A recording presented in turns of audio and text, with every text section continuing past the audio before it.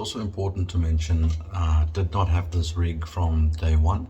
Started off small, got a Logitech G920. I then proceeded to build a very small basic wooden structure to mount that Logitech 2. I just slapped the seat close to it, painted that black as you can see.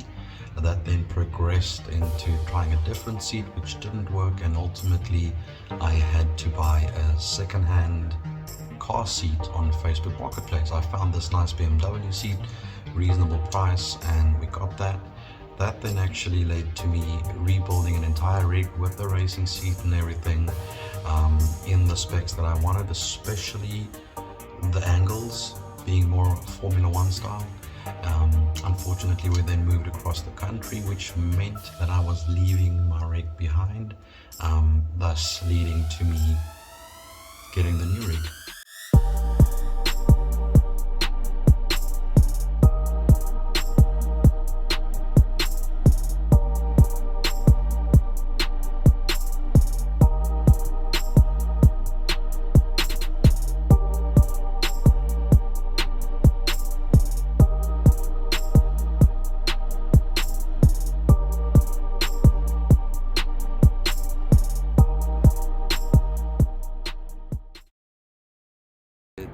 Didn't start out with just being ready as a gaming room slash closet. It used to actually be used for storage of multiple things, and that needed some cleaning out. We repainted everything nice and bright white.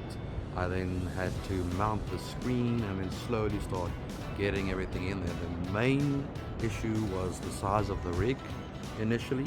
Luckily managed to squeeze it in and did little finishing touches. As you will also note, added some man cave vibes to it. All of my small little projects and things I like to look at before I get into sim racing. My Fanatec's obviously my favorite part of the sim rig. It's a Fanatec V2.5 wheel. That wheel's got like vibration motors inside. It feels immaculate. I love it. The LEDs, it's just incredible, honestly. Feels great in a hand, and on PC you can completely specify which buttons do which, so you can go completely custom. The other one is obviously it's the V2.5 base with the 8 Newton meter pack. So we got a power that we're not using 8 Newton meters. I think we might be at around 6. I do like high force feedback, so it's around 6. One day we'd love to get direct drive, but honestly this is more than enough for now. The pedals, I think I tell people about the most. It's Fanatec V3s. Gaming PC spec, nothing major actually. It's a very basic RTX 6600 XT graphics card. It's a 12400 i5 CPU, got the Asus motherboard and terabyte external, terabyte SSD. We also have the 32-inch Samsung 2K TV monitor actually, and then just a basic 1080p monitor for the Discord and the recording and stuff on the side. This is how it turned out in the end. I hope you enjoyed it. Let's go.